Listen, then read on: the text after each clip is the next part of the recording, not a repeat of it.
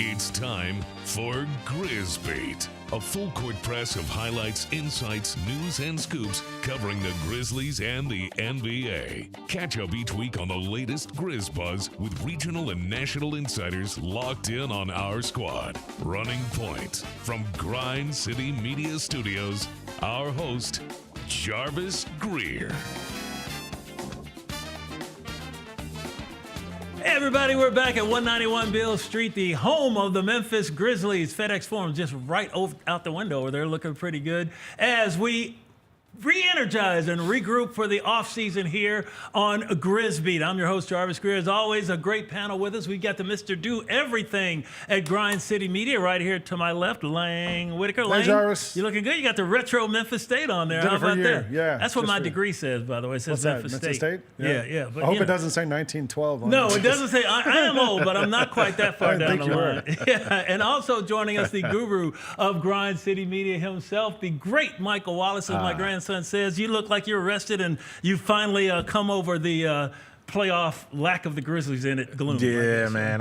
Hey, we're in the off season fully now, man. And Right. you know the off season is here, and when we hit May, when Lang is out there at Barbecue Fest doing his thing, man. Congrats on the improvement. Thank you. Yes, Top congrats on the 25 improvement. Which one did you do? Smoke Top Slam 25. or No, I did Memphis the OG International? one. The OG one, the one over at Tom Over Lee. at the- Not Tom Lee. Now at the it's over Fairgrounds. at the Fairgrounds. Yeah, that's the original. Yeah. And I've the World Championship Barbecue Con. Finished top 25 in my in the exotics category. So I was proud of it. Exotics. Well, Yeah. was he up Did there his burn dancing? ends. Did Lamb. with the Was he burn doing it? ends. Were you Some doing lamb the burn burnt ends. ends. Lamb burnt ends. I hear you. yeah. We were over there this weekend at the MSEC for the big Nice, yeah. EYBL. That was great. I went to that too. We can talk Yeah, about that that was later. fun. Hey, my son had a part in that, getting those Did he teams. really? I have to boost That was JJ. awesome. JJ Greer, remember that name. All right, so let's get to it. Some names to remember for the Memphis Grizzlies on all throughout the NBA as far as rookiedom is concerned. The Grizzlies placed 2 players on the all-rookie first team in Zach Edey, the Big Maple, the Canadian out of Toronto who played at Purdue and came to Memphis and showed that he is the best big man out of the rookies in the league, and Jaylen Wells, who came out of Sacramento State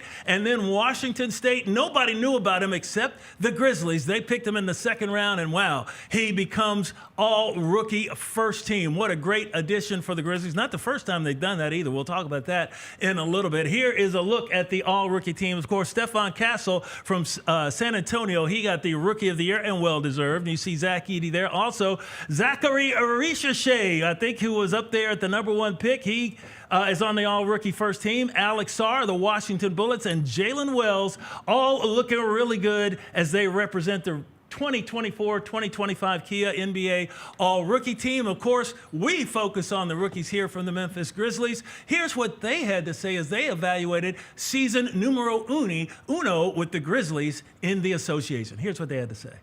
You know, I've kind of been fortunate enough to be recognized before and stuff like this, but I think this one might mean a little more.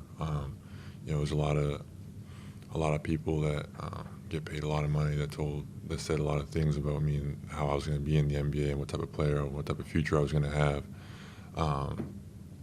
And this obviously isn't the end of the journey, but it's just step one into kind of showing them that I think a lot of people kind of overthought some things.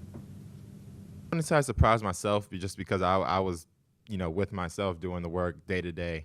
So I just know how much work I was putting into my craft, and so I knew these results would pay off.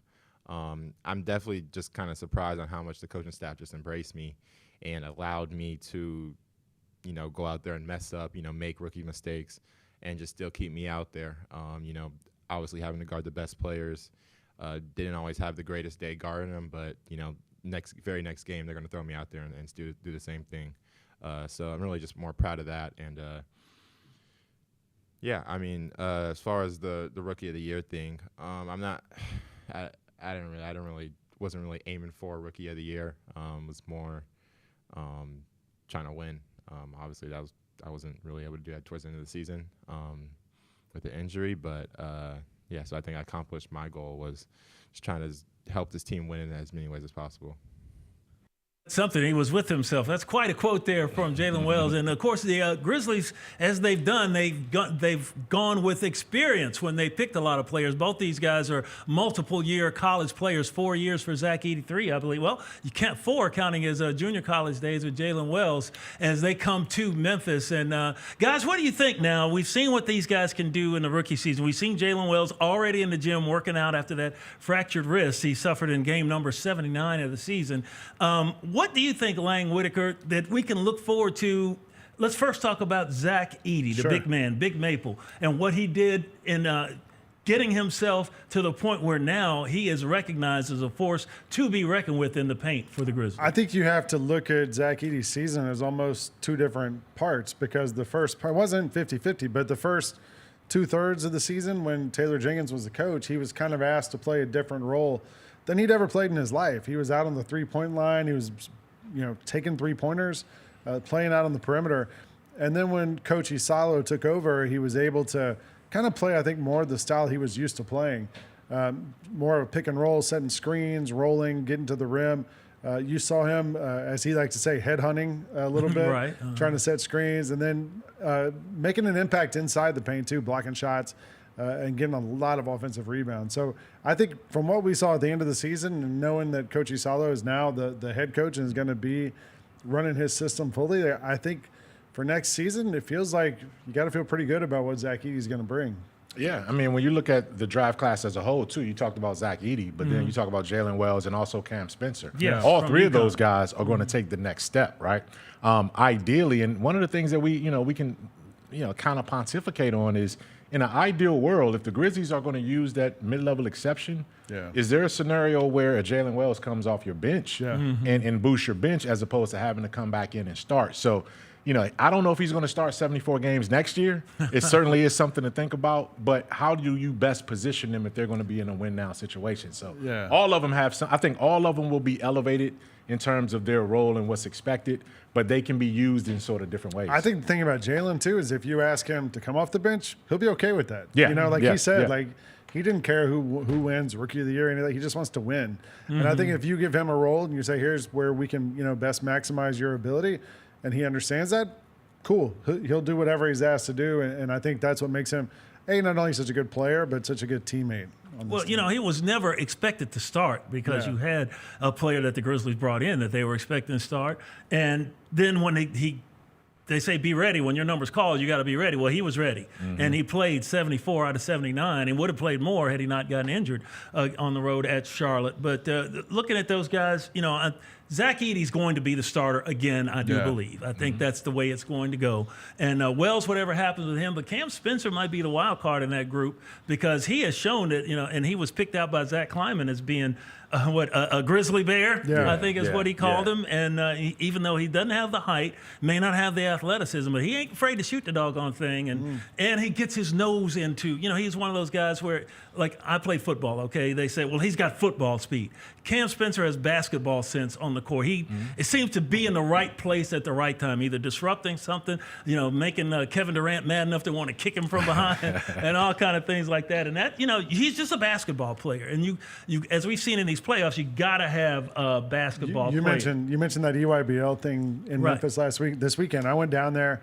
All the best high school players in the country were playing. Yes, that is correct. And my big takeaway was seeing all these guys, like, they're all so well trained now and they're in such good shape. They're all amazing athletes. Right. There's not a lot of guys who have a feel for it. Cam Spencer has a feel for it. Right. Feel for the game. He understands when to speed up, when to slow down. He doesn't have to be the best athlete on the floor to be effective because he understands the game. And I think that's kind of what his secret sauce is and what sets him apart from a lot of other players in that draft class. One more question on that, and I'll ask you, Michael Wallace, the guru of Grind City Media. Do you think that they would bring Cam Spencer back on a two-way, or do you think that he gets a full roster spot now that we believe Luke Kennard might be on the way out? Well, we'll see what happens in free agency. But regardless of what Luke's status is, I do think there's room to bring Cam Spencer up and give him and continue that sort of that trend. We saw Vince Williams Jr., G.G. Jackson, Scottie Pippen Jr. I think Cam is the next guy in line to get one of the regular roster spots. So I think he's deserved, and I think his competitiveness will help him get that as well too. So, you know, all three of these guys, I give the Grizzlies rookie draft class an A, and I think it's an A+. I don't know of any team that drafted better, man to man to man. When you line up what the Grizzlies did for what they got with these three guys and everybody else, I think the Grizzlies are right there. They did a phenomenal job. I'd give it A+ too. If you looked at that first team, the other three guys, other than the Grizzlies players, were all guys who were expected to be on the first two. They were all top six picks. top picks. Yeah. Zach, rookie of the year, number one pick in Reese Shea, and number two pick in Saul. And then you got Zach Edey and Jaylen Wells, who were the two guys not in that top, echelon of players. And so I don't know how you could give them anything other than an A+. So, Zach Edey was number 9, right? Number 9. Number 9. And Jaylen was 39. Yeah. So, you got to give the Grizzlies – they know how to draft, and especially in the second round. But, you could say that Zach Edey was, he should be a lot of people thought he would be up there top 5, and then he started to drop. Well, you picked him at a good spot. You got him at a good price. No, it was the other way around, Jarvis. Zach Edey was – because Klingon was the guy everybody wanted. Klingon was the one Zach Edey was the guy that people doubted would be even in the first round, That's and correct. then he jumped all the way up. Yes. So he went the other way. So they got what they got, and they did the best with it, I do believe. Now, as far as trying to do the best with it, you look at the teams in the NBA Western Conference Finals right now.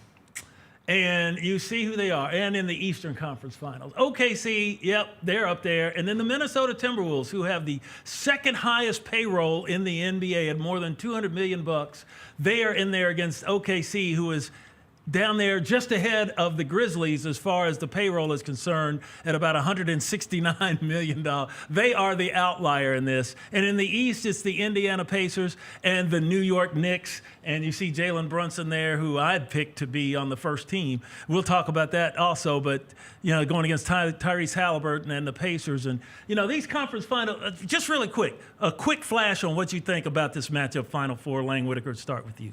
It's tough to watch for a Grizzlies fan because, you hope that the Grizzlies were going to be in the shoes that the Thunder are in right now. I watched that game 1 last night between the Thunder and the Timberwolves, and it's frustrating to see. We saw John Morant drive to the rim all season long and not get calls. Right. And you see Shea not even go to the rim, just in the mid-range, diving on the ground and getting free throws. So it's tough to watch out of all those teams. I don't know who I want to win. I do like the fact that it's not the usual suspects. I think it's the first time in 20-something years it hasn't been a team from Texas or California, that's in the Final Four. So I like that it's kind of new teams, and maybe hopefully the NBA is kind of going that way where other people get a shot. For the 7th straight year, the NBA will have a different champion, which I believe, Michael Wallace, that bodes well for the Grizzlies because, they say, some people say, parity sucks. We want the super team. We want somebody that's up there dominating all the time. But, when you have it like this, that means anybody's got a shot.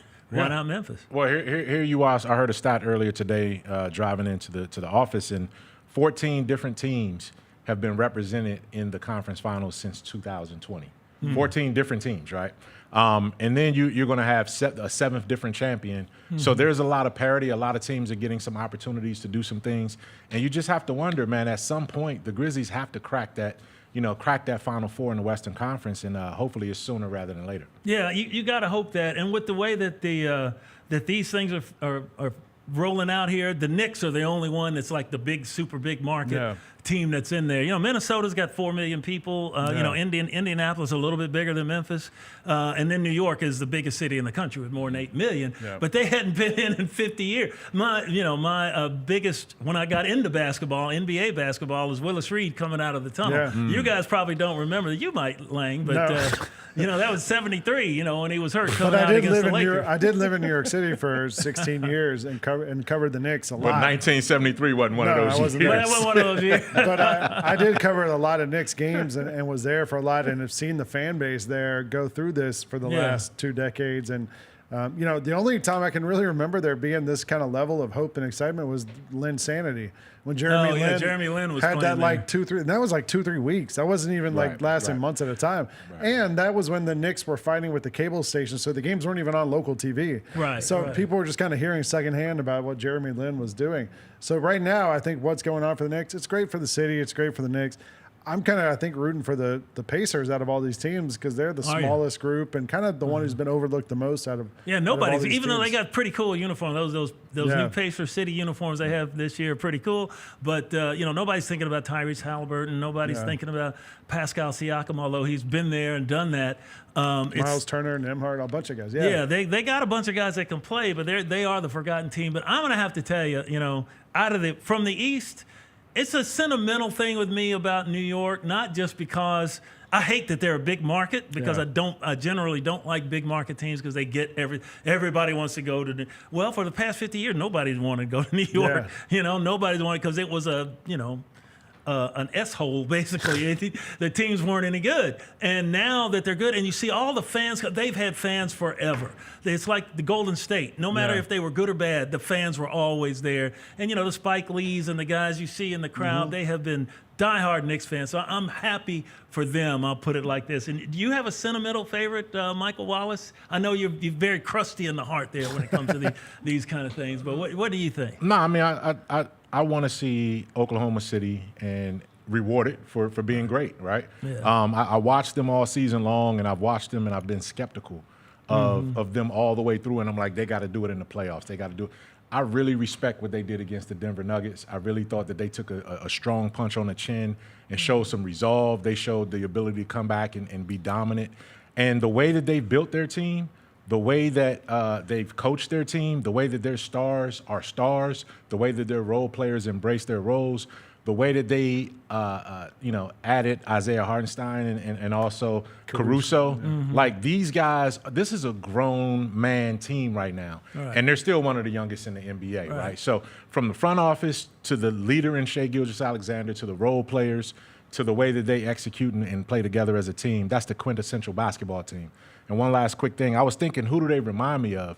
I think as I watched them last night and watched them in the playoffs, they are a perfect blend of peak Golden State and peak San Antonio with Kawhi Leonard, the 2014 San Antonio team that came back and beat Miami after they lost to them that first time because of the way that they operate. And Sam Presti was in the middle of the whole thing anyway. I would say, does it bother you, Mike, to watch the Thunder play? And I saw someone on Twitter last night say they don't play honorable basketball. What does that mean? Well, because they're just diving on the floor, Shai's flopping all over the place. And on defense, they've kind of figured this out. I guess you give them credit for this. They foul on every possession. You cannot call every one. They just can't call every foul. So they're out there just hacking away. You could call a foul on every possession because they foul every time. They just don't get called every possession. The other thing I throw out there with the Thunder is they've gotten to this point playing teams that have had one of their best players injured in every series. John Morant, Aaron Gordon, now Anthony Edwards goes down last night. That was like Golden State a few years ago. Yeah, in some ways they've had probably the easiest path to where they are right now. I mean, they were going to beat the Grizzlies anyway, right? Like, John Morant got hurt in midway through game 3, and they had already gotten blown out, right? Yeah. That game was already. I mean, that series, the Grizzlies weren't going to win that series, and I say that as a person who is employed by the Grizzlies. They were up 20. I said series. They weren't going to win that series. Josh said we had them figured out. He had them figured out. He needed to have 11 other guys with him in that situation. Well, if they'd have had 11 other healthy guys, if they'd had their original team. If the Grizzlies were not going to beat the Oklahoma City Thunder, it just wasn't going to happen, nobody man. Nobody beat the Thunder. And I'm wearing a Grizzlies shirt. That wasn't the year they were going to do it. in there eating some Sonic. That wasn't the year they round 2, you talk. Yeah, Aaron Gordon got hurt, and that could have definitely changed the complexion of Game 7. Definitely. But again, like, I still think they would have won that series. I think they would have won Game 7. I think it would have been interesting. It went to 7 games. Been healthy. It went to 7, but I think they still would have won Game 7 at home. Like, I think that they are clearly the best team in the Western Conference, and they're going to make Minnesota look like child's play as in the Western Conference Finals. I just think Denver was the biggest test that they faced, and then they move on from there. I look at it like this. When they came back from 29 down against Memphis after Ja got hurt, that showed that they had some determination. They weren't just going to, hey, we're out. Yeah, he's gone, but, the game looks hopeless, and they still came back and figured out a way to win it. Yeah. We've seen Alex Caruso, what Jaren can't go. Well, look what Caruso did against Jokic, the best player in the world, basically. Fouled him? Yeah. So, you say about the dishonorable basketball, or they don't play honorable basketball. I don't like, that SGA gets all the calls. SGFTA. That was great. That was great, by the way. That was great. I thought of that last night. That's pretty good. We will give you. Let's write. Let's just call him that. SGFTA now. Give Lang Whitaker credit. Student Governors Association. But I do appreciate the fact that they figured out. Yeah, we're gonna bump you. We're gonna beat you up. We're gonna hit you, and until they call it. You just play. It's like in NASCAR, Rubbins racing, right? Yeah. You go until they call it. If they don't call it, you keep going. I don't like the fact that SGA gets like the KD calls back when KD was with the Rocket or with Oklahoma City, and they were playing the Grizzlies in that series a long time ago. Every time KD went to the basket, everybody said, "Get out of the way," because if you're anywhere near them and breathe on them, they're going to call a foul. That makes it very difficult. Which brings us to this. Yep. How do you think the way the Grizzlies would have fared in this matchup here against these two teams? We saw what happened during the against the Western Conference Finalists, against Minnesota and against OKC. They went 2-5 during the season against the Thunder and the T-Wolves. 2-5. They didn't win a game against OKC. 2-1 against the T-Wolves. The last playoff series win was 4-2 T-Wolves win in 2022. That was a Memphis win in 2022, and that was a great series for the Grizzlies. They got swept by the Thunder this year in the first round of the playoffs. They've lost 13 straight overall to the Thunder, dating back to 2022. And OKC/Seattle has basically had the Grizzlies number, no matter who they've had out there. But it makes you look like when you think about the Grizzlies here in the matchup. Oklahoma City so far ahead of everybody, and Minnesota. Are the Grizzlies in that tier with Minnesota? Do you think? We'll talk about that. Well, you want me to say? I'd say no. I'd say the Grizzlies are like right there. But we're not quite. Look, we went 0-4 against the Thunder. All right, well, let's talk about this. Let's go to the 24-second. It's our next series that we have here on Grind City Media. It's called the 24-second shot clock validation. What should the Grizzlies take away from this Western Conference Finals matchup? Memphis played both those teams. You saw how they did against OKC. You saw how they did against the Timberwolves. 24 seconds are on the clock, and we'll go with Lang Whitaker to start this off. Lang Whitaker, what is your take about what you think about this? My biggest thing is the Grizzlies, need to get to the basket more, stop settling for three-pointers, and try to get to the free throw line more often. But I think the bigger thing, my takeaway is watching these teams play, is the Grizzlies need more quality depth. Not just depth, quality depth. Because you saw, like last night, the Thunder bring in Kenrich Williams, who hasn't played in the series. Isaiah Joe didn't play in the last couple of games. They have so many good players that they can't even get them all out there at any time. And I think the Grizzlies, we saw Jaylen Wells go down. We saw Brandon Clark go down. Yeah, very good. All right, so I hear you on that. That is Lang Whitaker's take. Let's go to the guru of Grind City Media. He's smiling over there. He got his. He brought his notepad out. He's ready to go. He's laughing at me because that clock as we say in the hood, he's ready to go right now. What you say? 24 seconds on the shot clock for the guru of Grind City Media. Michael Wallace, take it away. Well, what the Memphis Grizzlies can learn and take away from the Western Conference Finals is you can't talk about it, you got to be about it.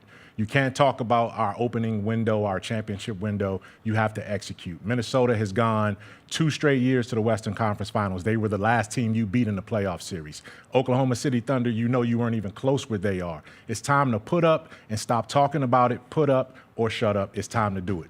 All right, look at him. Got it in right under there. The shot clock, the shot went up and went down before the buzzer went on. Michael Wallace brought his notepad out, even though it's blank. It is blank. It is blank. He had it all ready to go. So what does Jarvo think about? What's my takeaway from the NBA, the Grizzlies, and we see these two teams that they went up against in the Western Conference of the Association. 24 seconds on the shot clock. Go now. Well, what I think is I agree with Michael Wallace, put up or shut up time for the Grizzlies, but I also think that the Grizzlies now, they've gotten enough of this scar tissue that they know what they have to do. They've seen how they match up against these teams. And you see what happened to Minnesota is what happened to everybody against Oklahoma City last night. They got their second team could win a round in the playoffs. I think the Grizzlies put up, shut up, get it done. Okay. That's copyright infringement, man. Sounds the same. Well, it's such a good phrase, and just like FTA, FTA. I'm suing. It's such a good phrase, Well, that is called, what flattery is it? Sincerest form of flattery. Yeah, I got you. Something like that. So copyright infringement is the sincerest form of flattery. Anyway, but we appreciate that. That's the first segment here on Grizz Beat. When we come back, we're going to go around the association and talk a whole lot more about things that you've seen and things that you will see. That's coming up next after this short break on Grizz Beat. Are you ready? Creed. By overwhelming demand, the Summer of '99 tour returns. July 27th, FedEx Forum. With special guests 3 doors down. And Mammoth WVH. Tickets on sale now at livenation.com. Creed returns, the Summer of '99 tour. Kroger shoppers and Grizz fans, want exclusive last-minute discounted ticket deals texted straight to you during the Grizzlies 2024-2025 season? Sign up with the new Kroger Buzzer Beater deal. Fans can sign up by texting Grizz to 636-479 or visit your local Kroger store in the Delta Division and scan the QR code. By signing up, you agree to receive recurring automated promotional and personalized marketing text messages from the Memphis Grizzlies. Consent is not a condition of any purchase. Message frequency varies. Message and data rates may apply. Yesterday was the talk of the town. It was a cow on the side of the road. Do you live close to a movie theater? I'm just curious because maybe the cow was trying to go to the movies. Tune in to the Jessica Benson Show with CJ Hurt live every weekday at 8 a.m. on YouTube at Grind City Media and the official Grind City Media app. The other thing that came out this week that we were talking about innovation and Nike and all that, they dropped these $900 hyper boots that 900. I mean, they're a recovery shoe apparently that you wear after sports, whatever. Who's buying it? Because all the athletes that we see, they're gonna get seated this. So who's gonna actually pay $900 for this? The Sneak Fest Show, live Tuesdays at 2 p.m. on Grind City Media on X, YouTube, and the official Grind City Media mobile app.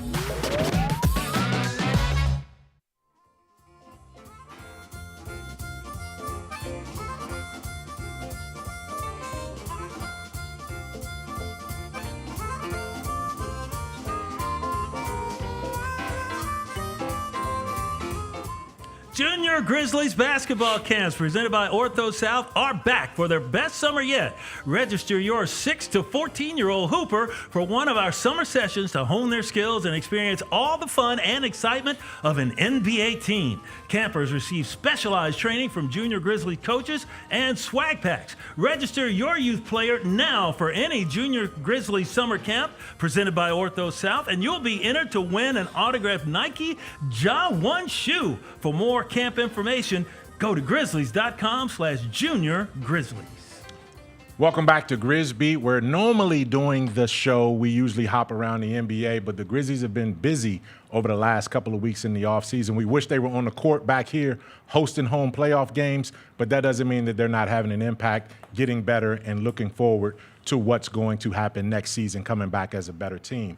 And one of the things that these guys have been busy working on is Ja Morant. We saw him. We caught up with him at the EYBL AAU tournament over here in Memphis last weekend, where Ja and the Kool-Aid guy behind him handed out shoes to some of the AAU teams out there that participated in that event right there. One thing that I saw that jumped out about this clip provided by Grind City Media's own Devin Walker was no crutches, no limp, and Ja having a nice, comfortable smile on his face, enjoying his time with the kid. Lang, you were out there for some of that EYBL tournament. What did you see? And, what did you think about Ja's presence and what he was able to do? Awesome that Ja was there. They had a whole, in the corner of the gym out there, they had a whole Ja, installation there where you could buy sneakers, you could buy different gear. It was a Ja pop-up shop. It was a Ja store that was open all weekend. So and they also did some special Ja 2 EYBL colorway that they only gave to the players. Okay. And if you want to buy them, you can go secondary market, and they're going $700-800 for a pair at this point. Wow.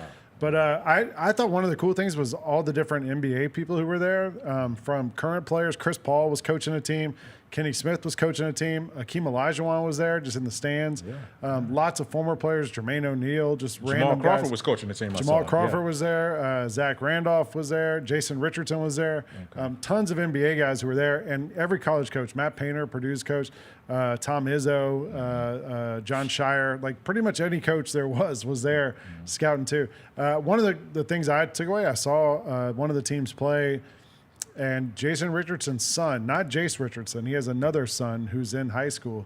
And you could just tell, like, all right, this guy, he understands basketball. You know, like he's one of those guys who had a feel for it. Everyone else, there are so many guys who could run up and down the court and dunk and everything else. It was also fun watching Chris Paul coach his team. He was the assistant coach, but he was yelling at the refs. He was standing up. He was yelling at the players, and his team got a win. And they were all pretty excited for that too. So it was a cool event. It's definitely cool, and I'm gonna get to you, Jarvis, in a second. It's cool because Chris Paul in the summertime, we heard about how so many guys went to his camp. Yeah. You know, whether it was some of the young Ja Morant talked about going to Chris Paul's camp and doing different things as well too, and to see him still doing. I think Gigi played for his AAU team. Right. Yeah. So to see him still doing it and all these guys giving back to the youth is very, very special. And Jarvis, speaking about making those kind of events, you know, accessible to Memphis, your son is involved in sort of the planning that went behind that EYBL tournament where Ja was also out there featured.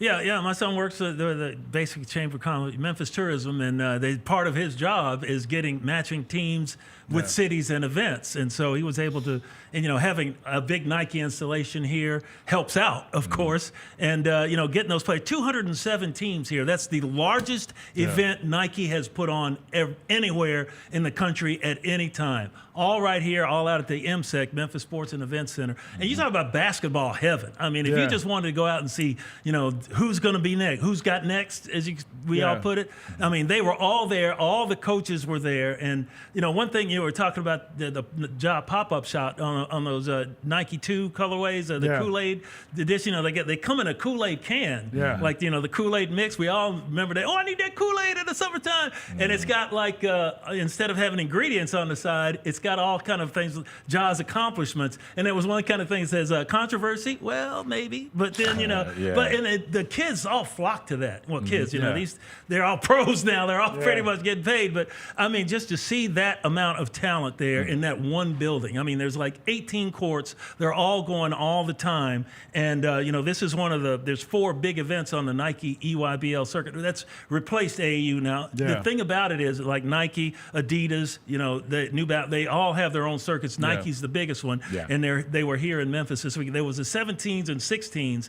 The Ja's teams are not here because he's still got the younger groups. He's got the younger groups. He's just getting started. But we will see. And all these guys, a lot of these guys in the NBA have their own, they sponsor their own teams. Yeah. And the thing about, they're just giving money. No, like you said, they're all here. They're here. Yeah. Like, and even Kenny the Jet Smith was out there coaching his team. Yeah. His team is the Jets. Right, and Kenny's out there with that broke knee, hobbling around and yelling at the refs and acting a fool. And it's just a great thing to see. And you're up, it's like, you've been to Vegas Summer League. It's like you can rub shoulders with all of them. And they're all walking around, and it's just a great event. It's a big-time event. I was sitting in the front row, and I looked over, and Tom Izzo was sitting between Zach Randolph and Jason Richardson, like 2 of the great Michigan State guys. And they're sitting there watching Jason Richardson's son play. So the other thing I would say is, like, we're all old.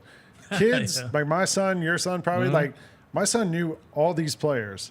They watch all these guys on YouTube. They watch Overtime Elite, which a lot of these guys play in too. Yep.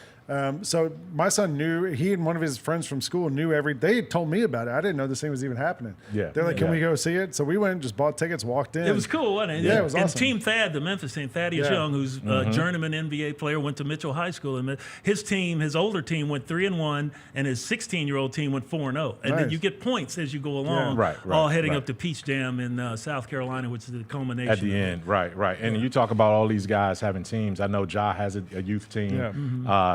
Desmond Bane is putting together his team. He talked about even Jaylen Wells has a team that he's putting together. So all of these guys are putting their teams and their efforts into that.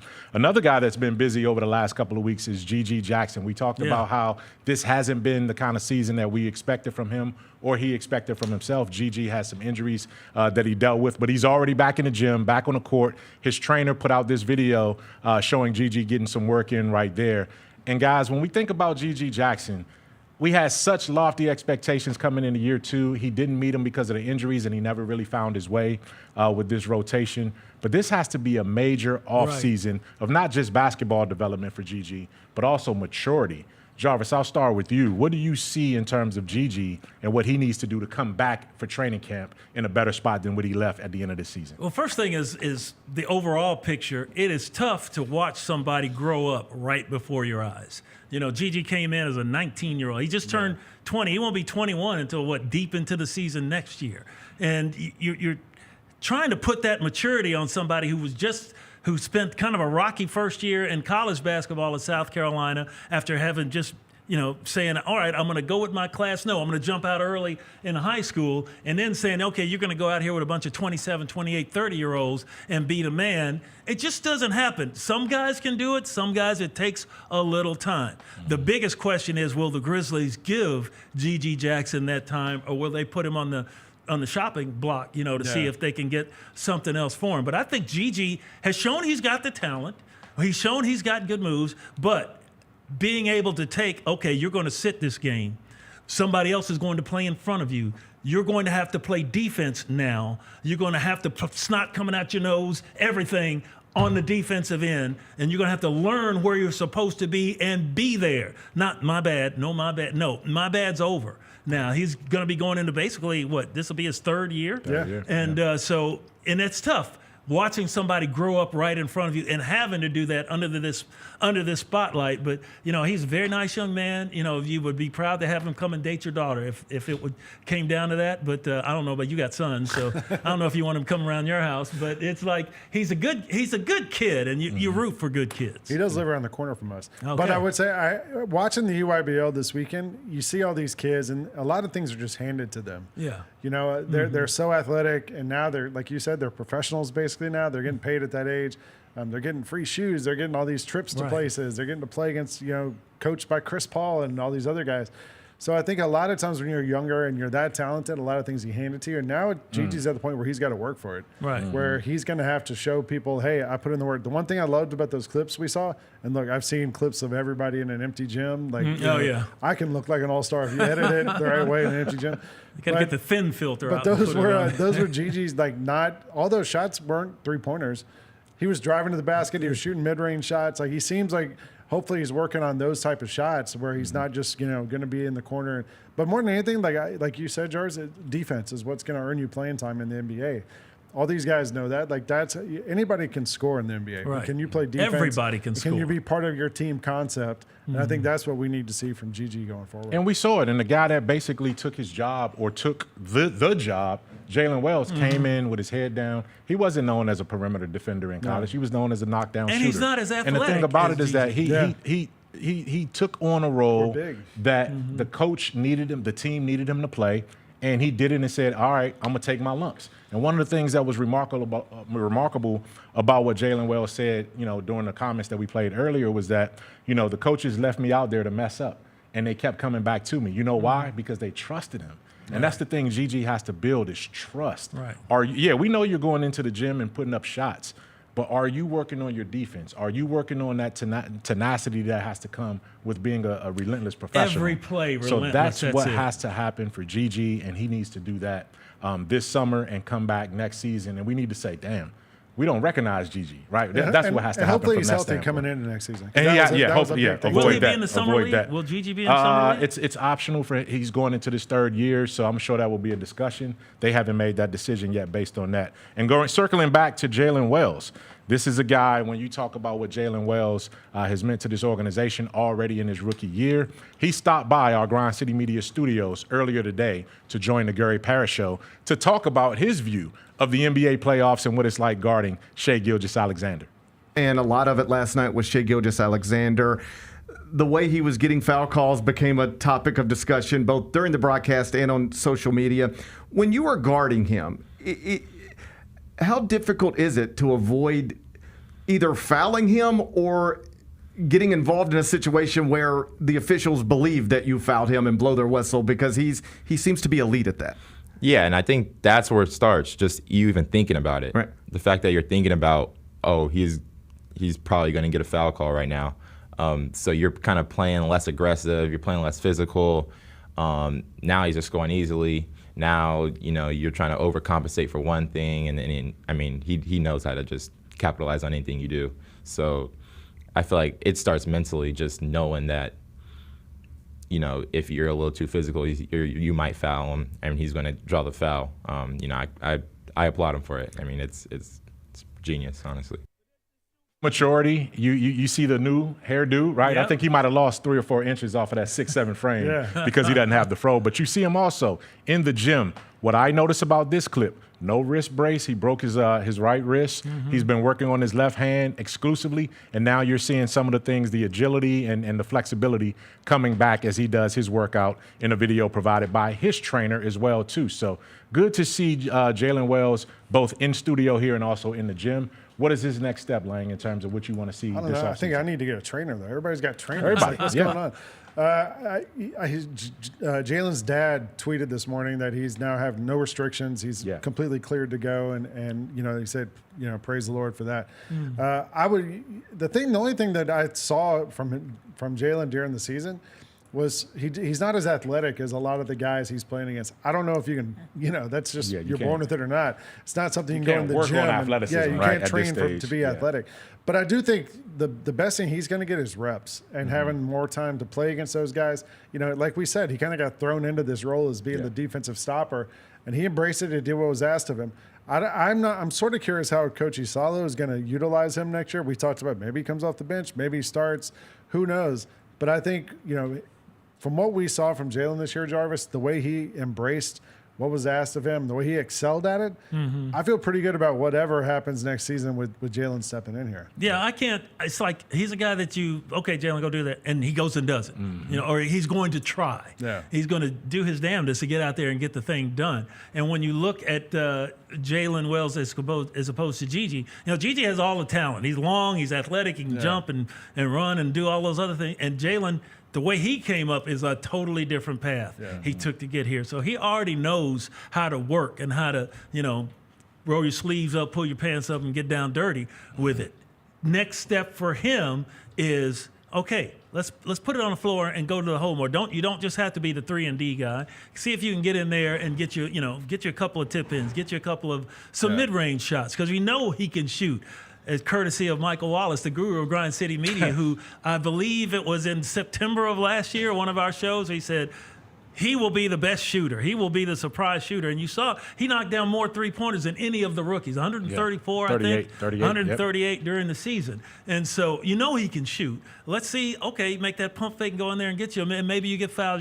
He was a good foul. He was a good free throws. He's a smart player who knows how to use whatever ability God gave him to go out there and play. And I just see him taking that to another. He'll have that year of maturity, extra year, to help him advance even more. No question about that. One of the things about Jaylen is also, he already said, I want to play Summer League. I want to play Summer League. He said he right? wanted to. And that's something that he's going to push the front office to allow him to do, because he sees that second-year development to what you talked about, being a better playmaker, a facilitator, a secondary guy to help facilitate the offense instead of just being standing in a corner catch and shoot. So he's a versatile defender, but he's got to be a versatile offensive threat, and that's one of the things that he talked about working on. When I see these guys and being on the road too, I see Gigi at 6'9", long, young, trim, athletic, and I see Jaylen, and they work out at the same time when they're on the road. And I'm like, man, if you see those guys at the 3 and at the 4, or at the 2 and at the 3, like you have some length, some youth, like you have everything you need if they could just figure out how to get it together and get the most out of Gigi Jackson. And like I said, like you watch that Thunder team, the quality depth they have. Yes, like along that's those what lines. These guys are. Yes, the Isaiah Joes, the Wiggins, you know what I mean, the Dortz, those guys. More to that point, you got 3 guys, the rookies, all of the rookies that played. And if Gigi can get his maturity level up, you got guys. This is making for a good floor for the future. Yeah. You got guys on great contracts where you can do some other things with if they do go ahead and take the next step in their progression. And it's tough when you have a mid-season coaching change too. All of these guys are now dealing with coaching change. Well, I mean, early in their careers, they're dealing with some levels of adversity that Ja, Jaren, and Desmond didn't have to. They had continuity throughout their indoctrination into the NBA. And speaking of Desmond Bane and maturity, there's not a more mature young professional in this league than Desmond Bane. And shout out and kudos to Bane, who was the commencement speaker at Grizzlies Prep 8th grade promotion ceremony a couple of days ago over at the Renaissance Convention Center. I had a chance to be there at that night as well too. And Desmond Bane gave a great speech to the young guys there, and everyone knew who he was. You know, this wasn't a guy that, is in obscurity. He's one of the top players that the Grizzlies have out there night in and night out. And he wants to do more to be involved with youth around Memphis, and this was a significant step that he took, giving the commencement speech at Grizzlies Prep. So shout out to Desmond Bane for that as well. When we come back, we're going to tell you, listen, the All-NBA rookie team is behind us. What's coming up next? The MVP ballot is announced, as well as where do we think Jaren Jackson Jr. is going to fit in the All-NBA first, second, or third team pecking order. That and more when we come back to Grizz Beat. Let's face it, there's a lot of trash talk in basketball, but the great teams let their performance do the talking. Like Ford F-150 with Pro Power on board, a class-exclusive industry-first feature that turns your truck into a mobile generator and leaves the competition speechless. Ford F-150, official truck of the Grizzlies. Greatness starts here at your Mid-South Ford dealer. Class is full-size pickups under 8,500 pounds, GVWR. Shinedown. Dance Kid Dance Tour. Live in Memphis. FedEx Forum, Saturday, August 30th. With special guests, Bush and Morgan Wade. Get tickets now at livenation.com. Shinedown, live in concert. For more, visit shinedown.com. I got some Cam Ward news for you, by the way. Let me hear it. You talk about being able to sell some jerseys. 7 minutes ago at his introductory press conference in Nashville, Warren Moon walks in. I give you permission to wear number 1. Wow. He hands him the number 1 jersey. Oh, that's amazing. I'm going to give you permission to wear number 1. So he's going to have the number 1 Cam Ward jersey. That's amazing. We rocking the Cam Ward number 1 Titans jersey. That's amazing. The Chris Vernon Show, live on weekdays at noon on YouTube at Grind City Media and the official Grind City Media app. How about Mr. Irrelevant coming from the Memphis Tigers? Yeah, how about that? New England Patriots Second took time. Memphis defensive back Kobe Minor with the 257th overall pick. If you're the player getting drafted at that spot, it's almost better to go undrafted and pick a place as an undrafted free agent to sign with where you have a better chance. But you get a lot of stuff. You get a parade. I think you go to Disneyland, I believe. Mr. Irrelevant goes to Disney? I think so. The Odds Couple, live at 2 p.m. on YouTube at Grind City Media and the official Grind City Media app.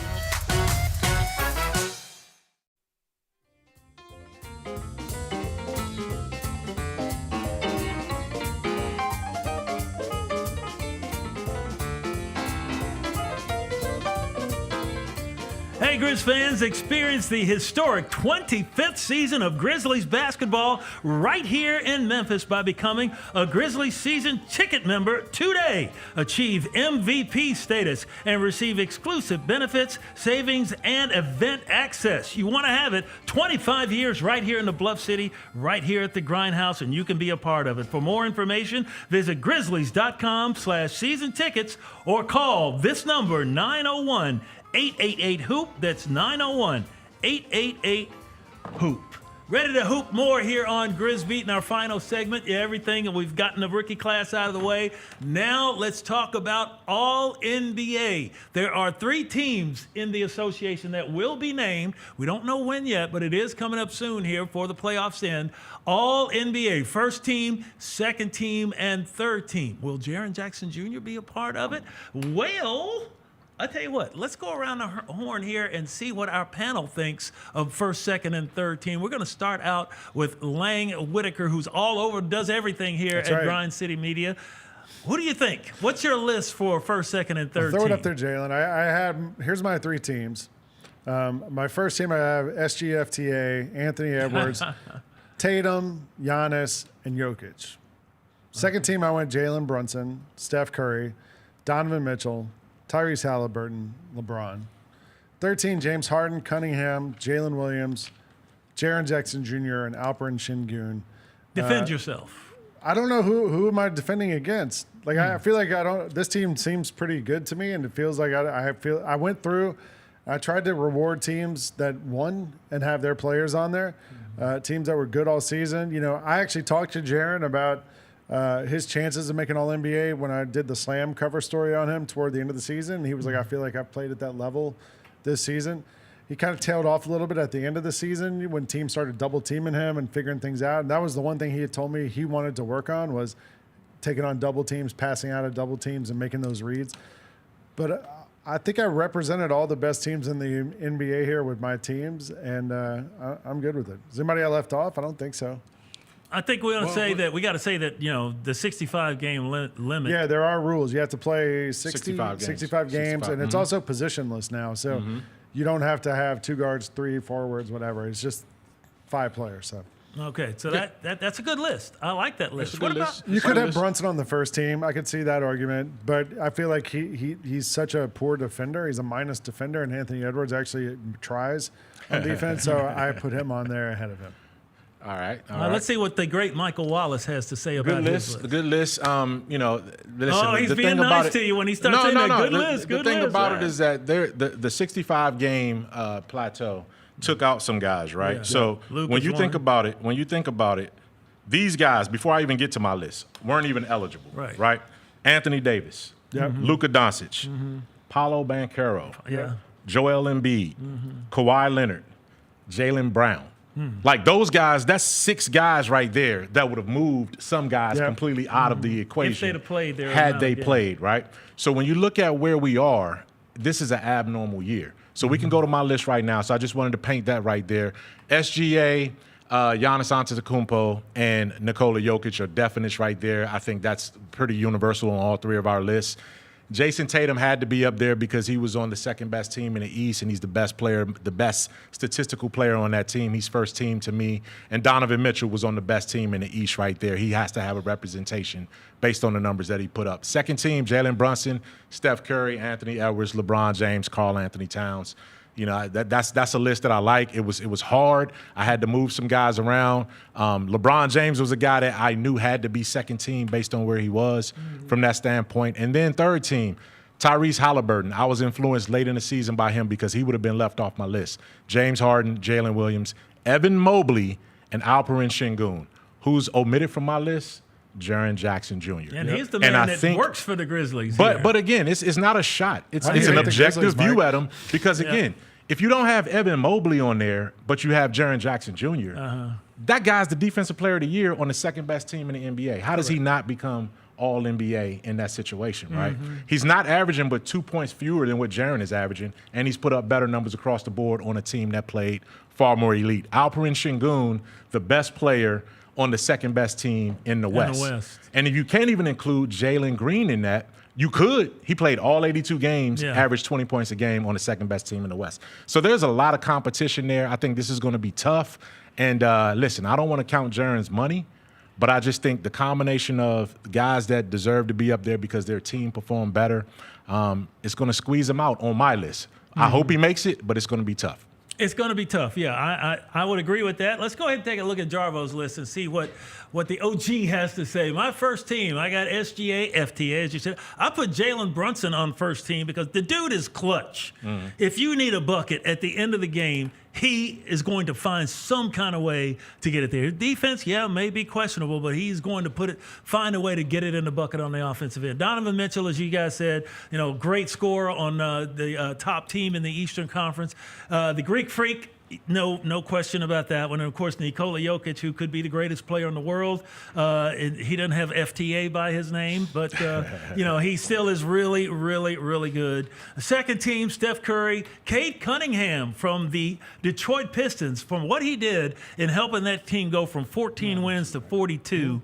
Was it 42 or 43 that they got? They tripled their wins. They tripled their win total. So that is just an incredible thing. Jason Tatum, I went back and forth with him and Jalen Brunson, first, second team. I put Jason Tatum on the second team, and I don't think I really have to defend that. Evan Mobley is on my second team, and then Karl Anthony Towns from the Knicks. And I did kind of go, it's hard for me to do positionless. I did kind of, if you look at that list, you can see who could be 1, 2, 3, 4, and 5 on there. And in the third team, I've got Anthony Edwards. Jaylen Williams of the Oklahoma City Thunder has shown that he belongs to be on the All-NBA squad. LeBron James, I went back and forth of him on second or third team. I thought that, well, he was really, really good, but he didn't really get them any better than what they've been the last couple of years. So I put in there. I did put Jaren Jackson Jr. in there along with Alper and Şengün. I just thought that Tripp's first half of the year was tremendous. His first 2/3 of the year were tremendous. I only thought and this is a regular season award now, right? This is not the postseason. I only thought he kind of dropped off after the coaching change, and they went more with Ja. Ja's more of a driver, and Jaren was more on the out. They're still trying to figure some things out. Sure. But I think that the year that he had, and not what he's already shown that he can be Defensive Player of the Year. And if you take him off that Grizzlies team, it would have been crap this year, because when he was on the court, they did great. When he was not, it was not very pretty. So that's my first, second, and third team. So the only guy I had that you guys didn't have, I think you didn't have me either, was James Harden. Yeah. I had him. You on did my have him, yeah, because he played 79 games. Yep. Averaged 23 and 9 basically, and that Clippers team finished 18 games above 500. Yeah. I was actually talking about this with Rob Fisher yesterday when I was coming up with my list, and we were going over players we missed, and he was like, "How many games did Kawhi play this year? Do you know how many games Kawhi played?" Oh, did he play 30? In the 40s. It's in like the 30s. Yeah, 20s. It's like it's very. He didn't come back into the end of the and season. he was like tremendous when he was great came in the back. playoffs, and you kind of forget there's this recency bias about how good he was. Like Harden carried that team for most of this year, He did. and to a 5 seed. So I kind of felt you had to have someone from the Clippers on there. The 5 guys, and this basically is an argument that started and will end about where Jaren Jackson falls. Right. So basically, the consensus is that he's going up against. We all pretty much have the same 12 guys. Right. It's 3.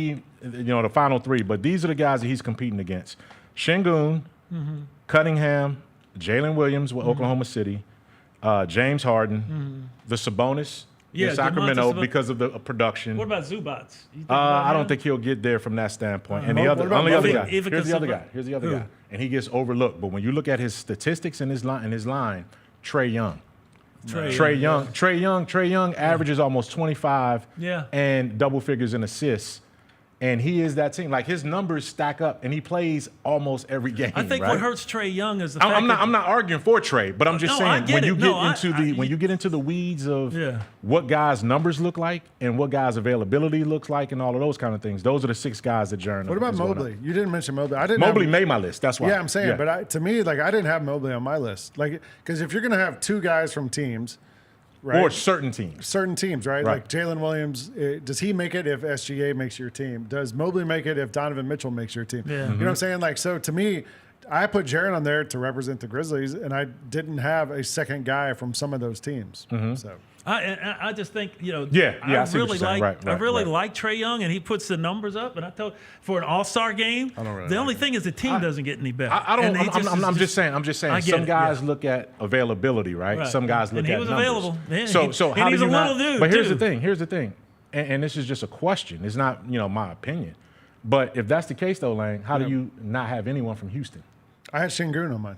So Şengün made yours? Did have Şengün. All right. So if you're going to have that, that's why I said he's one of the guys that he's competing against. Yeah, right. You sure. got to reward him, and it's just, I don't know, man. Like the last 6 weeks of the season didn't scream recency all NBA. Bias. It didn't scream. It's the all same NBA, thing. Same reason you think, oh, maybe Kawhi deserves it. Well, I knew he didn't play enough games. I know, but I'm saying, he didn't play enough games. You remember how it ended. You don't remember the first 6 months of it. You know what I mean? That you went through to get there. And I think people kind of forget And Jaren that. had the Grizzlies. You talk about 18 above 500. The Grizzlies were 18 above 500, just like you used the James Harden reference. All right. Speaking of the process, it's now on. The combine's over now. We've had that. Now it's on to the draft, and we got to look at what the Grizzlies have. The Grizzlies have 2 picks in the right now, as we know, 2 picks in the upcoming NBA draft. They're in the second round and kind of far down there. Let's take a look at what they've done. Wow, man, you talk about we gave him an A grade. Of course you do, because they got Jaylen Wells in the 39th pick, and he was a Rookie of the Year finalist, and he was a first-team All-Rookie.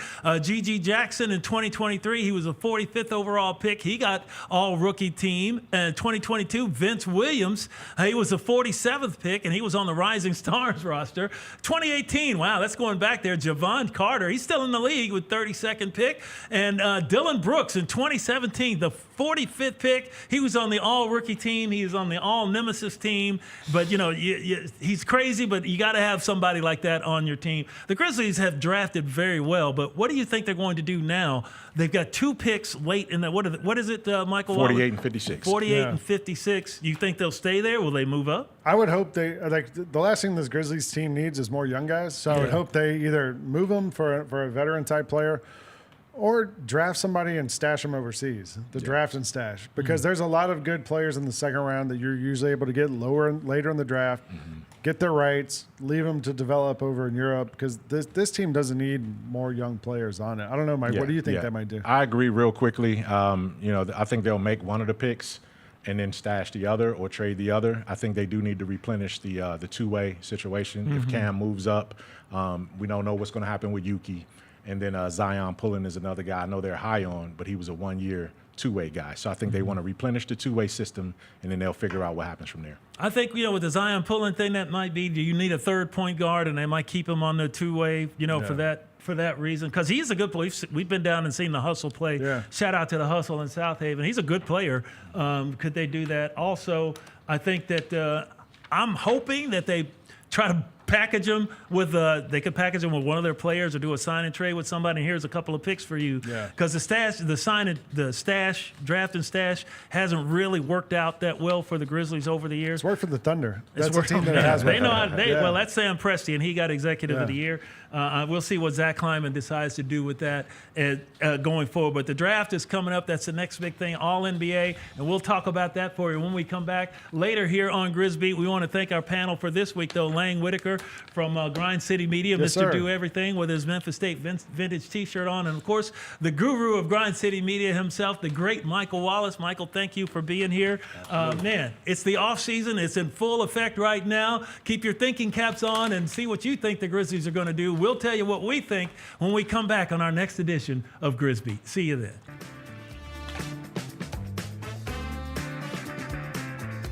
That's game.